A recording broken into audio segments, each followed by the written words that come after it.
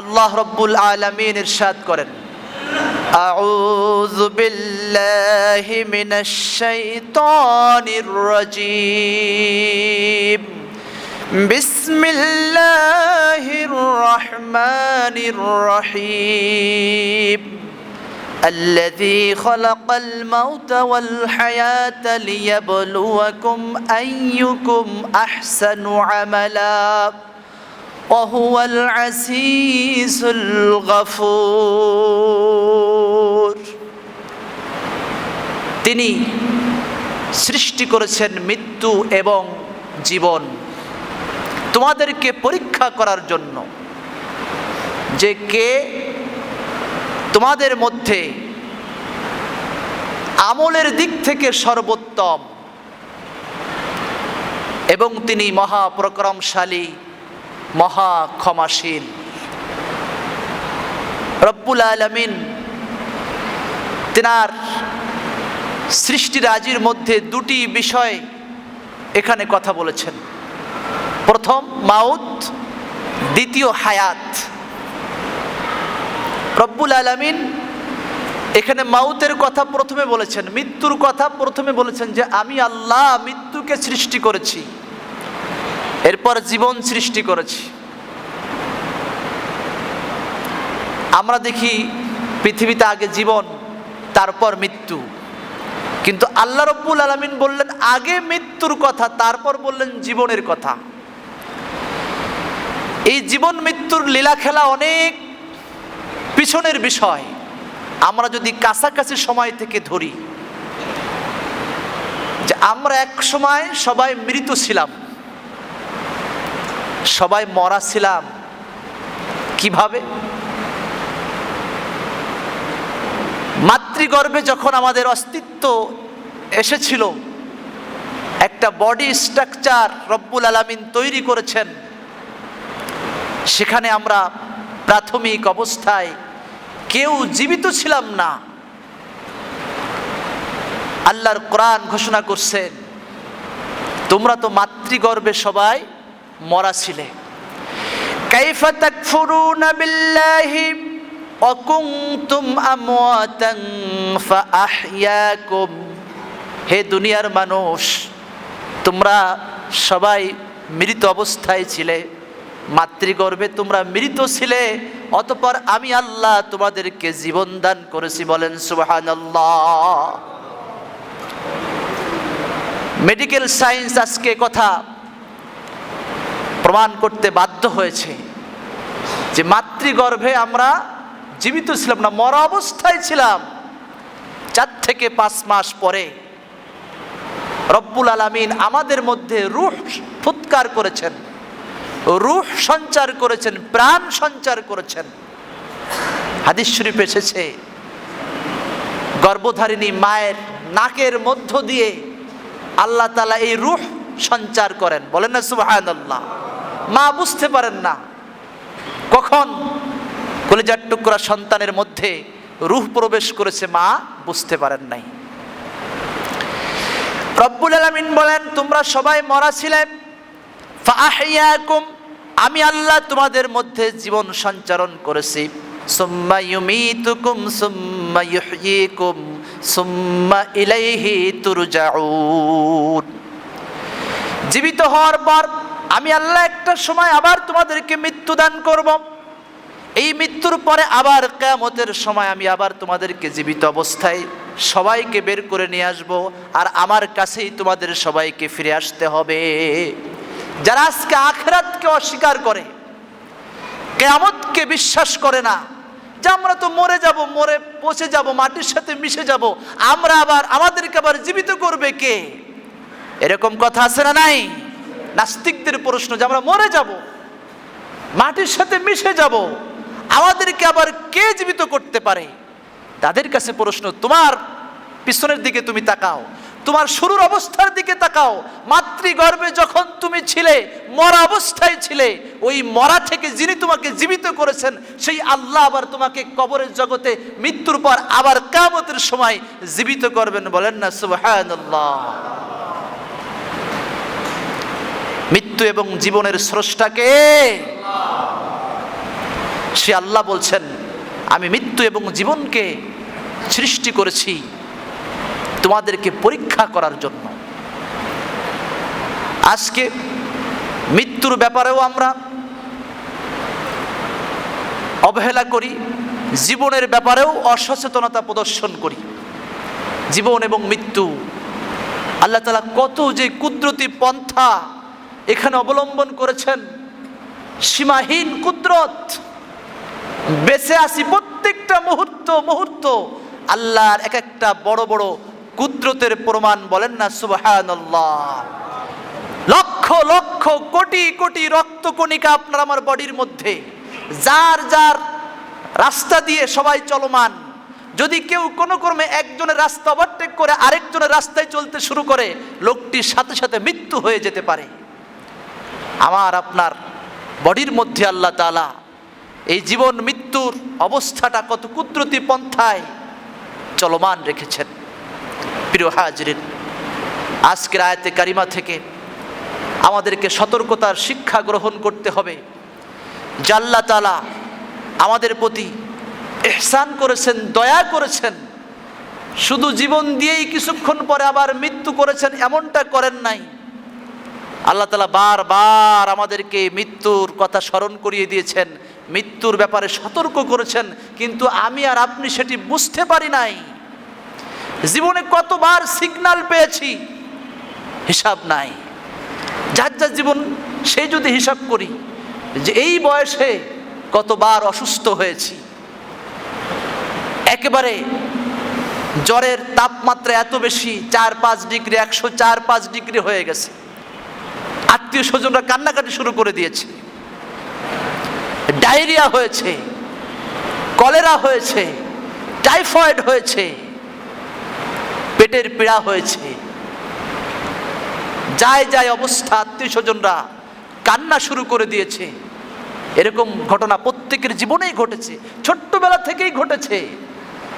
কতবার সিগন্যাল এসেছে, মৃত্যুর সিগন্যাল, যে বান্দা তুমি তো মারা যাবা, এরকম অবস্থা হবে, আত্মীয় স্বজনরা কানবে, সবাই ব্যতিব্যস্ত হয়ে যাবে, তুমি চূড়ান্তভাবে অসুস্থতার মধ্যে পড়ে যাবে। মৃত্যু আল্লাহ রাব্বুল আলামিনের কুদরতে একটি সৃষ্টি, যেন মৃত্যুর কথা আল্লাহ তাআলা প্রথমে আলোচনা করেছেন। এবং এই মৃত্যুর একটি সমাপ্তি আছে। প্রথমে মৃত্যু অবস্থায় ছিলাম, মাতৃগর্ভে আবার জীবন আল্লাহ তাআলা সঞ্চারণ করেছেন। এই পৃথিবীতে এসে একটা সময় আবার মৃত্যুর মুখোমুখি, আবার সেখান থেকে কবরের জগৎ থেকে আবার আল্লাহ তাআলা জীবন দান করবেন। ওই যে জীবন দান করেছেন, একটা জগতে প্রবেশ করব, যেই জগতের নাম আখিরাতের জগৎ। সেই জগতে যাওয়ার পর আর এই মৃত্যুর অস্তিত্ব থাকবে না। আল্লাহ তাআলা কিয়ামতের মাঠে মৃত্যুকে হাজির করবেন একটা দুম্বার আকৃতি দিয়ে, আর সেই মৃত্যুকে বলা হবে জবে করে ফেলতে। মৃত্যুটাকে জবে করে দেওয়া হবে, আর বলা হবে লা তামুতুনা আবাদা, হে আখিরাতের বাসিন্দারা, আর কোনোদিন মৃত্যু তোমাদেরকে স্পর্শ করবে না, তোমরা কেউ আর মৃত্যুবরণ করবে না, না জান্নাতীরা না জাহান্নামীরা, আর কারো কোনোদিন মৃত্যু হবে না। অনন্ত অনন্তকালের জীবন, সেই জীবনের নাম আখিরাতের জীবন। রব্বুল আলামিন আমাকে আপনাকে মৃত্যুর আগে বহুবার এই মৃত্যুর কথা স্মরণ করিয়ে দিয়েছেন।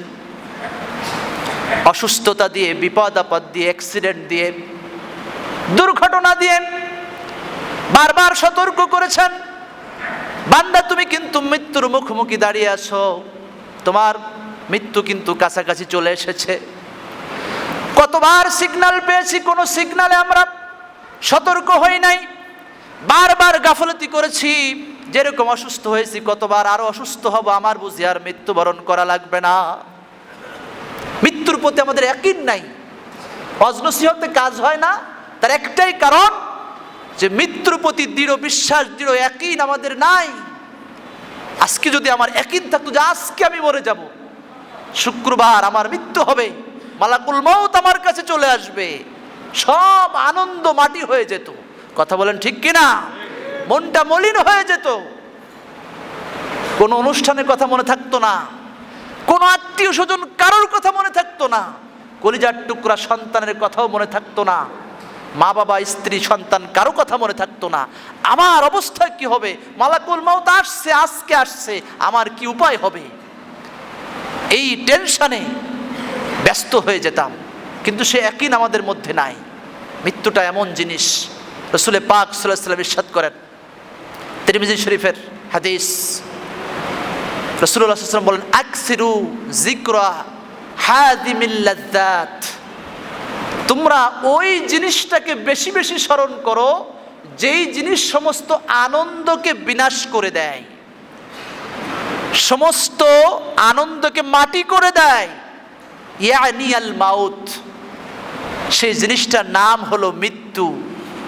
সমস্ত আনন্দকে মুহূর্তের মধ্যে বেদনায় পরিণত করে দেয়, সমস্ত স্বপ্নকে মিসমার করে দেয়, সমস্ত আশাকে নিরাশা করে দেয়। চোখ ভরা স্বপ্ন, বুক ভরা আশা সব মাটি হয়ে যাবে মুহূর্তের মধ্যে মৃত্যুর মাধ্যমে। রাসূলুল্লাহ সাল্লাল্লাহু আলাইহি ওয়াসাল্লাম বলেন, সেই মৃত্যুর কথা বেশি বেশি খেয়াল করো, যে মৃত্যুর সিগন্যাল রব্বুল আলামিন তোমাকে ক্ষণে ক্ষণে দিয়ে যায়। রাত দিন এক একটা সিগন্যাল, প্রত্যেকটা দিন প্রত্যেকটা রাত, সকাল বিকাল, নবী সাল্লাল্লাহু আলাইহি ওয়াসাল্লাম বলেন এগুলো তোমার জন্য এক একটা সতর্ক বার্তা, যে আজকের দিন পেয়েছো, রাত তোমার জীবনে ফিরে আসে কি আসে না এটা তোমার জানা নাই। রাত পেয়েছো, তোমার জীবনে যে ভোর আসবে কি আসবে না এটা তোমার জানা নাই। নবী সাল্লাল্লাহু আলাইহি ওয়াসাল্লাম বলেন, এটাকে মনে করো তোমার জীবনের শেষ দিন, এটাকে মনে করো তোমার জীবনের শেষ রাত। আজকে আমরা বড় গাফেল, অসতর্ক, যে কোনো মুহূর্তে অবস্থার পরিবর্তন হয়ে যেতে পারে। এজন্য আজকে আমাদেরকে পবিত্র আয়াতে কারিমা থেকে মৃত্যুর শিক্ষা গ্রহণ করতে হবে, মৃত্যুর কথা খেয়ালের, ইয়াকিনের, দৃঢ় ইয়াকিনের শিক্ষা গ্রহণ করতে হবে। যখনই দেখবেন আমার মধ্যে মৃত্যুর ইয়াকিন হয়েছে, পাপের থেকে আমি সহজে বিচ্ছিন্ন হতে পারবো, আল্লাহর সাথে, নবীজির সাথে, দ্বীন ইসলামের সাথে আমার সম্পর্ক গভীর হতে শুরু করেছে। আর যখনই মানুষ মৃত্যুকে ভুলে যায়, আজকে দেখুন, যদি রব্বুল আলামিন এই মৃত্যুকে সৃষ্টি না করতেন, যে পৃথিবীতে মানুষ অনন্তকাল বেঁচে থাকবে, এরকম যদি অবস্থাটা হতো, তাহলে সামাজিক অবস্থার বাস্তবতাটা কি হতে পারত একটু যদি চিন্তা করি। যে সামান্য 50, 60, 70 বছর হায়াত এবং মৃত্যুটা নিশ্চিত হবেই হবে, এটা জানার পরেও আমাদের সমাজে মারামারি, হানাহানি, অশান্তি, জুলুম, অবিচার, অন্যায় আছে না নাই?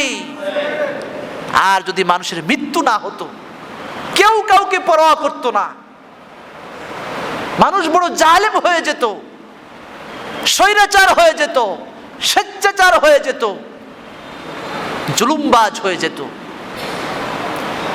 আল্লাহর জন্য সমস্ত জালেমদের জুলুমকে, অন্যায়কারীদের অন্যায়কে মৃত্যুর মাধ্যমে থমকে দিয়েছেন। বলেন না সুবহানাল্লাহ। এই মৃত্যু আপনার আমার অবস্থার পরিবর্তন ঘটিয়ে দেবে। মৃত্যুর মাধ্যমে ঈমানদারদের নতুন একটা আনন্দের জীবন শুরু হয়।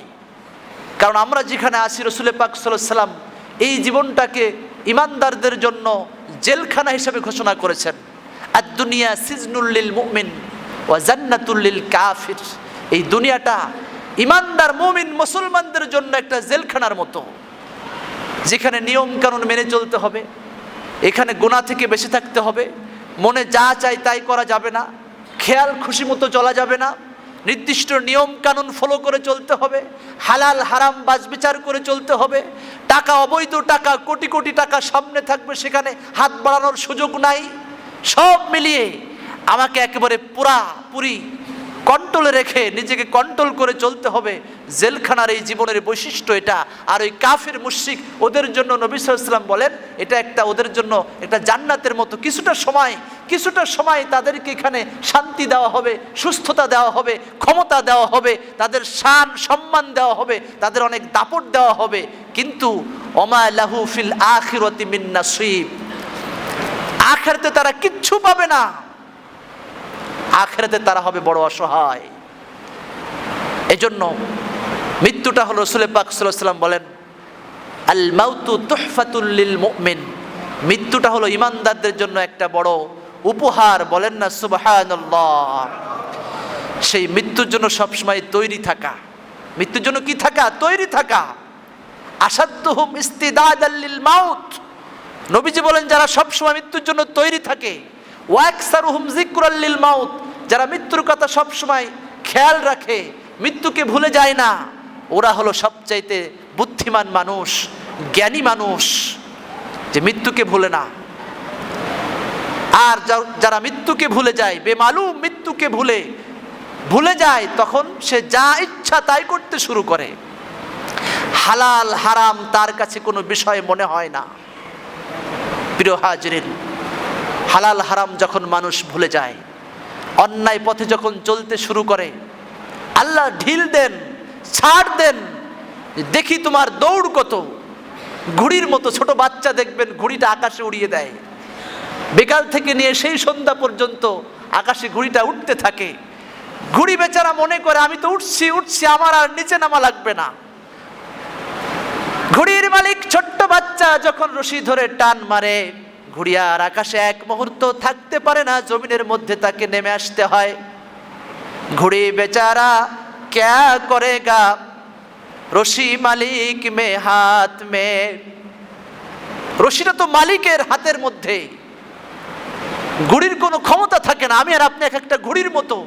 রব্বুল আলামিন যখন টান দিবেন, রব্বুল আলামিন যখন ডাক দিবেন, সাথে সাথে আমাকে আপনাকে এই জীবনের এই স্বপ্ন সব শেষ করে ফেলতে হবে, আল্লাহর আহ্বানে সাড়া দিতে হবে। এজন্য প্রিয় হাজিরিন, আসুন রব্বুল আলামিনের এই বিধান, চূড়ান্ত বিধান, মৃত্যুকে সামনে রেখে আমরা আমাদের জীবনটাকে সাজানোর চেষ্টা করি। মৃত্যুকে ভুলে গিয়েছি, এজন্যই তো সমাজে অশান্তি।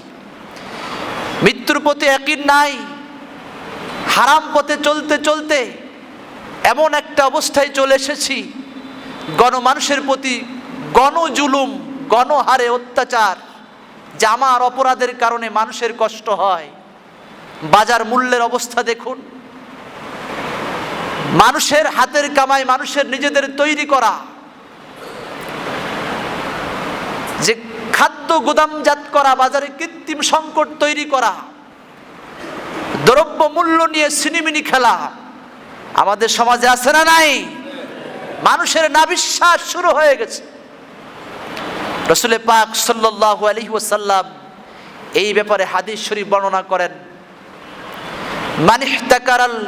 মান ইহতাকার আলাল মুসলিমিনা তুআমাহুম, যারা মুসলিম সমাজের খাদ্য দ্রব্যের ব্যাপারে সংকট তৈরি করবে,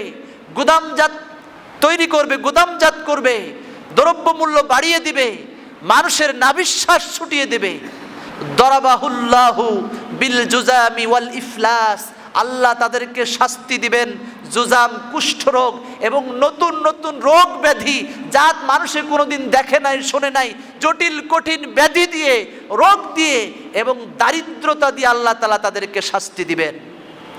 নতুন নতুন রোগ আমাদের সমাজে আছে না নাই? মানুষে বুঝেও নাই, জানেও নাই কোনোদিন কি রোগ, কি চিকিৎসা করবে, দিশা পাচ্ছে না।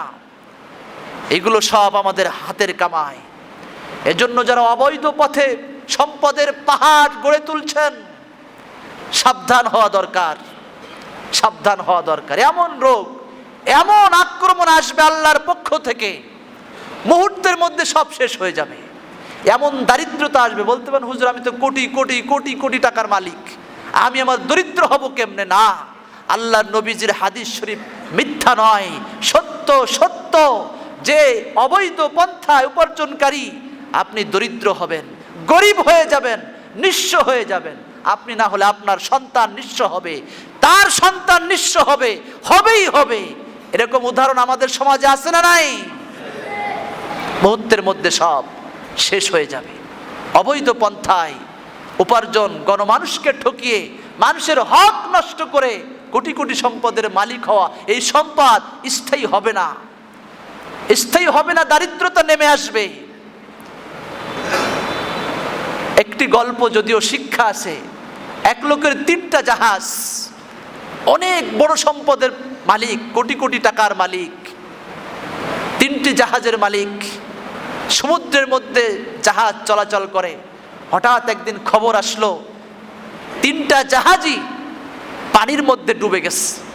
ওই লোকের মাথা নষ্ট হয়ে গেছে যে আমার 3টা জাহাজ, উপার্জনের সবচেয়ে বড় মাধ্যম, প্রতি মাসে লক্ষ লক্ষ টাকা ইনকাম হয়, এই জাহাজ 3টা ডুবে গেছে, আমাকে যে কোনো মূল্যে সমুদ্র থেকে জাহাজ উদ্ধার করতেই হবে। ওই লোক যত টাকা লাগে ঘোষণা করলাম, যত টাকা লাগে আমার জাহাজ ফেরত চাই। ব্যাংকে যত টাকা ছিল খরচ করতে করতে করতে, ক্রেন দিয়ে জাহাজ ওঠানোর চেষ্টা করতে করতে এক সময় তারা ব্যর্থ হয়েছে, বলল জাহাজ ওঠানো সম্ভব নয়। ওদিকে ব্যাংক থেকে যত টাকা ছিল, ব্যাংকের ব্যালেন্স শূন্য হতে হতে একেবারে শূন্য, ব্যাংকের ব্যালেন্স শূন্য, ওদিকে 3টা জাহাজও খতম। ওই লোকটা মুহূর্তের মধ্যে অসহায় হয়ে গেল। অসহায় করে দিয়েছেন কে? আল্লাহ। এটা একটা দৃষ্টান্ত। আমি আর আপনি আজকে যারা অবৈধ পন্থায় সম্পদের পাহাড় গড়ে তুলছি আর মনে করছি আমার কিচ্ছু হবে না, আপনি আল্লাহর নবীজির ঘোষণা মোতাবেক দারিদ্রতায় নিমজ্জিত হবেন, হবেনই, অবশ্যই হবেন। এজন্য হালাল পথে উপার্জন করতে হবে। রাজি আছি তো ইনশাআল্লাহ? মৃত্যুকে যদি স্মরণ করি, বিশ্বাস করি, আজকে থেকে অঙ্গীকার গ্রহণ করতে হবে যে অনেক অনেক সম্পদ হারাম পথে উপার্জন করতে চাই না, মিনিমাম কিছু সম্পদ জীবন বাঁচানোর জন্য সেটা আমি হালাল পথে হালালভাবে উপার্জন করতে চাই। রাজি আছি তো ইনশাআল্লাহ? এটা মনে মনে শপথ গ্রহণ করতে হবে। সময় কিন্তু বেশি নাই, যে কোনো সময় ডাক এসে যেতে পারে। মৌতের এই অবস্থা, মালাকুল মৌত কোন সময় আসবেন কারোরই জানা নাই। কোন সময় হাসি মুখে কান্না শুরু হবে কেউ বলতে পারি না। কখন ছেলে মেয়েরা বসে কান্নাকাটি করবেন, বন্ধু বান্ধবরা চোখের পানি ফেলা শুরু করবেন, আমরা কিন্তু কেউ বলতে পারি না। মালাকুল মৌত আমাদের রূহটা নিয়ে যাবেন, লাশ হয়ে যাব। হযরত ইব্রাহিম আলাইহিস সালাম একবার মালাকুল মৌতের সাথে সাক্ষাৎ, আজরাইল আলাইহিস সালামের সাথে সাক্ষাৎ। তিনি প্রশ্ন করছেন, হে মালাকুল মৌত, তুমি নাফরমানদের রূহটা কিভাবে কবজ করো? যারা মৃত্যুর প্রতি অসচেতন, যারা আল্লাহদ্রোহী গুনাহগার নাফরমান ব্যক্তি, তাদের রূহটা কিভাবে কবজ করো? কোন সূরতে? তাদের কাছে যাও, আমি একটু দেখতে চাই। মালাকুল মউত বললেন, আল্লাহর খলিল, আপনি এটা দেখতে চাইবেন না, কারণ সেই মূর্তটা, সেই চেহারাটা বড় ভয়ঙ্কর চেহারা, এটা আপনি সহ্য করতে পারবেন না। হযরত ইব্রাহিম আলাইহিস সালাম বললেন, না আমি একটু দেখতে চাই। নাফরমানদের রূহ কবজ করার সময় তোমার সূরত কেমন থাকে আমি একটু দেখতে চাই। মালাকুল মউত বললেন, আপনি একটু অন্যদিকে ঘুরে দাঁড়ান। ইব্রাহিম আলাইহিস সালাম অন্যদিকে ঘুরে আবার যখন দৃষ্টি পিছনের দিকে ফেরালো, দেখতে পেল মাথাটা আসমানে, পা দুটো জমিনের মধ্যে, এক হাত পশ্চিমে আরেক হাত পূর্ব দিকে। শরীরের মধ্যে লোমগুলো বড় বড় কাঁটার মতো সোজা হয়ে গেছে, মাথার চুলগুলো লোহার শিকের মতো দাঁড়িয়ে আছে, মুখ থেকে, চোখ থেকে, কান থেকে আগুনের স্ফুলিঙ্গ বের হচ্ছে, ধোঁয়া বের হচ্ছে। চোখ দুটো এত বড় বড়, নীল রঙের বড় বড় দুটি পুকুরের মতো, দিঘির মতো বড় বড় দুটি চোখ। ইব্রাহিম আলাইহিস সালাম বেহুশ হয়ে গেছেন এই অবস্থা দেখে। যখন জ্ঞান ফিরল তখন তিনি বললেন, নাফরমানের জন্য মালাকুল মউতের এই ভয়ঙ্কর চেহারা, জান কবজের সময় এই ভয়ঙ্কর এই মূর্তি, এই চেহারা, এটা নাফরমানের জন্য সবচাইতে বড় কঠিন একটা শাস্তি, কঠিন শাস্তি। এই দৃশ্য দেখে নাফরমানের কলিজাটা শুকিয়ে যাবে। পৃথিবীর সব পানি তাকে পান করালেও ওই মুহূর্তে আর পিপাসা নিবৃত হবে না। ওই মৃত্যুর দিকে কিন্তু আমরা আগাচ্ছি। এজন্য ওই অবস্থার কথা খেয়াল করা দরকার। নাফরমান হতে চাই না, আল্লাহওয়ালা হতে চাই, নবীওয়ালা হতে চাই, দিনওয়ালা, ইসলামওয়ালা হতে চাই, তাহলে মৃত্যুর সময় আমাদেরকে আল্লাহর ফেরেশতার আহলান সাহলান জানাবেন, আল্লাহর পক্ষ থেকে সালাম পেশ করা হবে। বলেন না সুবহানাল্লাহ। আর যদি শখ করে জাহান্নাম কামাই করি, জাহান্নামে যখন জাহান্নামীরা যাবে, আল্লাহর কোরআন সাক্ষী দেয়, জাহান্নামের রক্ষী বাহিনীরা ফেরেশতারা বারবার জিজ্ঞাসা করবে, সালাহুম খাজানাতুহা আলাম ইয়াতিকুম নাজির। জাহান্নামের ফেরেশতারা বারবার বলবে, ও আল্লাহর বান্দারা, কেন জাহান্নামে যাচ্ছ? জাহান্নামটা তো বড় ভয়ঙ্কর জায়গা, কঠিন শাস্তির জায়গা, কেন তোমরা আজকে জাহান্নামে যাচ্ছ? তোমাদের কাছে কি কোনো সতর্কবার্তা পৌঁছেনি? কেউ কি তোমাদেরকে এই জাহান্নামের ব্যাপারে কোনোদিন সতর্ক করেনি? ক্বালু বালা ক্বাদ জাআনা নাযীর। তখন তারা বলবে, হ্যাঁ হ্যাঁ, আমাদের কাছে অনেকবার সতর্কবার্তা এসেছিল। মসজিদে মসজিদে, জুমায় জুমায়, মাঠে ময়দানে, ওয়াজের মাহফিলে মাহফিলে আমাদেরকে সতর্ক করা হয়েছিল। ফাকাযযাবনা ওয়া কুলনা মা নাযালাল্লাহু মিন শাই। আমরা সেটাকে মিথ্যা প্রতিপন্ন করেছিলাম। আমরা বলেছিলাম এগুলো কিছুই হবে না, জান্নাত জাহান্নাম কিছুই হবে না, আমাদের কোনো শাস্তি হবে না। তখন খুব আফসোস করতে হবে, খুব আফসোস করতে হবে।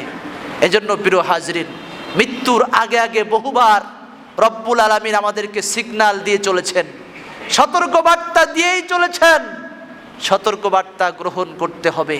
এই যে রাত দিন, শীত গরম, এই যে অবস্থার পরিবর্তন, এটাও এক একটা সতর্কবার্তা। এই যে ফ্যানগুলো চলছে, আর কিছুদিন পর যখন ফ্যান চালাবেন আপনি রাগ হয়ে যাবেন, শীত লাগবে। কথা বলেন ঠিক কিনা? অবস্থার পরিবর্তন, গরম শেষে শীত, আবার শীত শেষে বসন্ত আসবে, গরম আসবে। এই যে অবস্থার পরিবর্তন, রাত শেষে দিন, দিন শেষে রাত, অবস্থার পরিবর্তন। আমি আর আপনি ছোট্ট ছিলাম, সেই ছোট্ট অবস্থা থেকে আর এই পর্যন্ত যদি চিন্তা করি কত অবস্থার পরিবর্তন হয়েছে। যারা বলে আমরা সতর্ক পাই নাই, আরে তুমি তোমার নিজের দিকে তাকাও, প্রথম অবস্থার দিকে তাকাও। কি ছিলে তুমি? নড়াচড়া করা ছাড়া আর কোনো শক্তি তোমার ছিল না। হাত ছিল তোমার, হাত দিয়ে কিছু ধরতে পারতা না। মুখ ছিল, জবান ছিল, জবানে ভাষা ছিল না। কান ছিল, শ্রবণ শক্তি ছিল, কিন্তু তুমি কিছু বুঝতে পারতা না। কত অসহায় ছিলে। আল্লাহ তাআলা অসহায় করে এমনি এমনি পাঠান নাই, আমাদেরকে পিছনের দিকে ফিরে যেতে হবে। শুরুর অবস্থাটা, যারা নাস্তিক, যারা নাস্তিক্যবাদে যারা অগ্রসর হচ্ছ, তোমাদেরকে বলো পিছনের দিকে তাকাও, তোমার শুরুর অবস্থার দিকে একটু খেয়াল করো। জীবনে প্রথম গোসলটা তুমি নিজে করতে পারো নাই, প্রথমবার শরীরটা তুমি নিজে নিজে ধুইতে পারো নাই। তোমার মা ডেলিভারির পর অসুস্থ ছিল, তোমার দাদি, নানি, চাচি, খালা, প্রতিবেশীরা এসে তোমাকে গোসল দিয়েছিল। এটাই তো তোমার প্রথম অবস্থা, তোমার প্রথম গোসল। এরপর অসহায়, অসহায়পূর্ণ কেমন অবস্থা, শরীরের মধ্যে মশা মাছি বসেছিল, তাড়াবার ক্ষমতা ছিল না। ক্ষুধা লেগেছিল, মাকে বলতে পারে নাই, মা দুধ দাও, দুধ খাবো, ক্ষুধা লেগেছে, বলার ক্ষমতা ছিল না। কত অসহায় ছিলাম, কত অসহায় ছিলাম। শোয়া থেকে বসতে পারতাম না, আল্লাহ তাআলা বসা শিখালেন। বসা থেকে দাঁড়ানো শিখালেন, দাঁড়ানো থেকে দৌড়াদৌড়ি শিখালেন। দাড়ি মোছ ছিল না, আল্লাহ তাআলা দাড়ি মোছ দিলেন। দুধের দাঁতগুলো ছিল, সেগুলো আল্লাহ তাআলা ফেলে আবার নতুন নতুন সুন্দর সুন্দর দাঁত দিলেন। কালো কালো এই চুল দাড়ি এক সময় সাদা হয়ে যাবে। বডিটা এখন সোজা আছে, মেরুদণ্ড সোজা আছে, আস্তে আস্তে বাঁকা হয়ে যাবে। এই যে পরিবর্তন, আমার আল্লাহ এই পরিবর্তনের মাধ্যমে আমাদেরকে সতর্ক করেন, বান্দা সতর্ক হও, সতর্ক হও। কিয়ামতের মাঠে কেউ যাতে বলতে না পারে, আল্লাহ তুমি আমাকে সতর্ক করো নাই কেন, এই জাহান্নামের ব্যাপারে সতর্ক করো নাই কেন। কেউ এই কথা বলতে পারবে না। তোমার জীবনের প্রত্যেকটা মুহূর্তে মুহূর্তে তোমাকে সতর্ক করা হয়েছিল, বান্দা তুমি বুঝতে পারো নাই, তুমি বুঝতে পারো নাই। তোমার কালো চুল দাড়ি পেকে সাদা হয়ে গিয়েছে, তুমি মনে করছো আমার বয়স বেড়ে গিয়েছে। না, এটা তোমার একটা ওয়ার্নিং ছিল, লাস্ট ওয়ার্নিং। যে বান্দা 60, 70, 80 পেয়েছো, কালো থেকে সাদা হয়ে গেছে চুল দাড়ি, কোমরটা সোজা থেকে বাঁকা হয়ে গিয়েছে, লাস্ট ওয়ার্নিং। কতবার আল্লাহ তাআলার পক্ষ থেকে সতর্ক এসেছে, নিজের পুরো জীবনটাই আল্লাহ তাআলা সতর্ক বার্তা দিয়ে ঢেলে সাজিয়েছেন। আর এর বাহিরে যেটি প্রথমে বলছিলাম, রোগ শোক, দুর্ঘটনা, অ্যাক্সিডেন্ট, কতবার যে মৃত্যুর মুখোমুখি হয়েছি, আল্লাহর পক্ষ থেকে সিগন্যাল পেয়েছি, বান্দা তুমি কিন্তু মৃত্যুর দিকে দৌড়াচ্ছ, তোমাকে মরতে হবে, মরে যেতে হবে।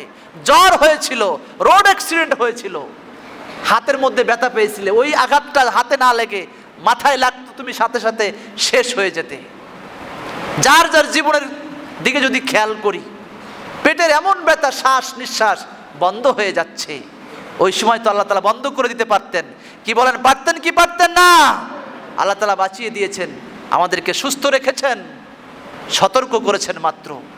এজন্য আমাদেরকে সতর্ক করতে হবে, সতর্ক হতে হবে, তা না হলে আফসোস করতে হবে, খুবই আফসোস করতে হবে। জীবনের শুরুতে যেমন ছিলাম দুর্বল, অসহায়, জীবনের প্রথম গোসলটা নিজে নিজে করতে পারি নাই, শেষের অবস্থাটাও হবে ওরকম দুর্বল। শেষের গোসলটাও আমি এই পৃথিবীর জগতে নিজেরটা নিজে সারতে পারবো না, নিজের গোসলটা নিজে করতে পারবো না। পাড়া প্রতিবেশীরা এসে, ওই মুরব্বীরা এসে, যুবক ভাইরা এসে আমার গোসলটা করিয়ে দিবেন। অসহায়ের মতো খাটিয়ার মধ্যে শুয়ে থাকতে হবে।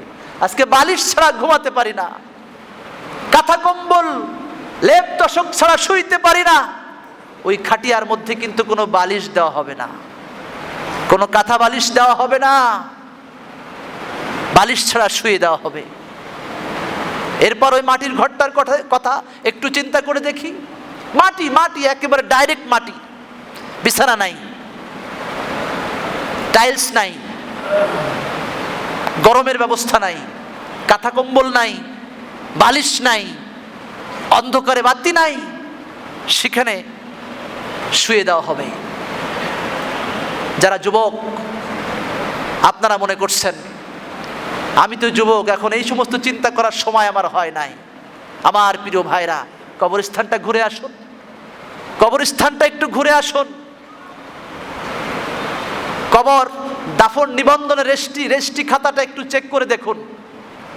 আপনার আমার মতো এরকম বয়সী যুবকেরা, এই বয়সী কত যুবক এখানে শুয়ে আছে, কত যুবক এখানে শুয়ে আছে, যারা ক্ষমতার দাপটে আজকে ধরাকে সরা জ্ঞান মনে করি, তারাও আমরা গিয়ে দেখতে পারি যে আমার মতো কত ক্ষমতাওয়ালা লোক এখানে অসহায়ের মতো শুয়ে আছে, আমার চাইতে কত সুশ্রী চেহারাওয়ালা মানুষ এখানে শুয়ে আছে, আমার চাইতে কত শক্তিওয়ালা মানুষ, সম্মানওয়ালা মানুষ এখানে শুয়ে আছে। আজকে সমাজের পরিবর্তন নাই, নিজের আমলের পরিবর্তন নাই, একটাই কারণ, আমরা মৃত্যুকে ভুলে গেছি। আমার আল্লাহ কিন্তু দেখতে চান আইয়ুকুম আহসানু আমালা, আল্লাহ দেখতে চান যে কে বেশি সুন্দর আমল করতে পারে আল্লাহর জন্য। এজন্য তিনি মৃত্যু সৃষ্টি করেছেন, জীবন সৃষ্টি করেছেন। আল্লাহ দেখতে চেয়েছেন আমাদের থেকে যে আমরা আল্লাহর জন্য কতটা ভালো কাজ করতে পারি। প্রিয় হাজরিন, মৃত্যুর খেয়াল যখন পুরাপুরি যেখানে চলে আসবে, ভালো কাজগুলি সহজ করে দিবেন কে? আল্লাহ। এই জন্য মৃত্যুর খেয়াল সব সময়, সদা সর্বদা, আকসারুহুম যিকরাল লিল মাউত, নবীজি বলেছেন বেশি বেশি মৃত্যুর খেয়াল করা, মৃত্যুকে নিজের জন্য খেয়াল করা। আমরা অসুস্থ লোকদের দিকে তাকাই, যমুকে অসুস্থ, মনে হয় আর বাঁচবে না, আরে আমিও তো অসুস্থ হয়ে যেতে পারি, আমিও তো মরে যেতে পারি। আজকে আমার দিকে খেয়াল করা, আমার কথাটা একটু চিন্তা করা, তাহলে আল্লাহর সাথে গভীর ভালোবাসার সম্পর্ক সহজ হয়ে যাবে, নবীজির সাথে গভীর ভালোবাসার সম্পর্ক সহজ হয়ে যাবে, কোরআনের সাথে সম্পৃক্ত হওয়া সহজ হয়ে যাবে। আজকে কোরআন ছেড়ে দিয়েছি, দিন ছেড়ে দিয়েছি, ইসলাম ছেড়ে দিয়েছি, ঈমানের অবস্থা খুবই নাজুক। এই মুহূর্তে যদি মালাকুল মউত চলে আসে, মালাকুল মউতকে গালি দিতে পারবো না। মৃত্যুকে যখন সৃষ্টি করা হলো, মালাকুল মউত আল্লাহকে প্রশ্ন করেছিলেন, আল্লাহ এই দায়িত্ব আমাকে দিয়েছো, আমি মানুষের সন্তানের রূহ কবজ করব, ওই মা বাবা তো আমাকে গালি দিবে, আমি সন্তানের মা বাবার রূহ কবজ করব, ওই সন্তান তো আমাকে বকা দিবে যে মালাকুল মউত কত খারাপ, আমার মাকে নিয়ে গেল, আমার সন্তানকে নিয়ে গেল, আমার ভাইকে বোনকে নিয়ে গেল, আমাকে তো সবাই গালি দিয়ে ছাড়বে। রব্বুল আলামিন বলেন, মালাকুল মউত তুমি চিন্তা করো না, তুমি টেনশন করো না, আমি সেই ব্যবস্থা করে রেখেছি। সাআজআলু লিল মাউতি সাবাবা, আল্লাহ বলেন আমি প্রত্যেক মৃত্যুর জন্য কারণ তৈরি করে দিব। বিনা কারণে কারোর মৃত্যু হবে না, প্রত্যেক মৃত্যুর পিছনে কোনো না কোনো কারণ আমি আল্লাহ তৈরি করে দিব। ওয়ায়াযকুরুনাস সাবাব, আর মানুষের ওই কারণগুলো নিয়ে আলোচনা করতে থাকবে, তোমাকে কেউ গালি দিবে না। সবাই আলোচনা করতে থাকবে, লোকটা অ্যাক্সিডেন্টে মারা গেছে, জ্বরে মারা গেছে, করোনায় মারা গেছে, পেটের ব্যথায় যন্ত্রণায় মারা গেছে, হার্ট অ্যাটাকে মারা গেছে। মালাকুল মাউতকে কেউ আর স্মরণ করে না। রব্বুল আলামিনের কুদরতি কারিশমা। প্রিয় হাজিরিন, অনেকগুলো সিগন্যাল পেয়েছি।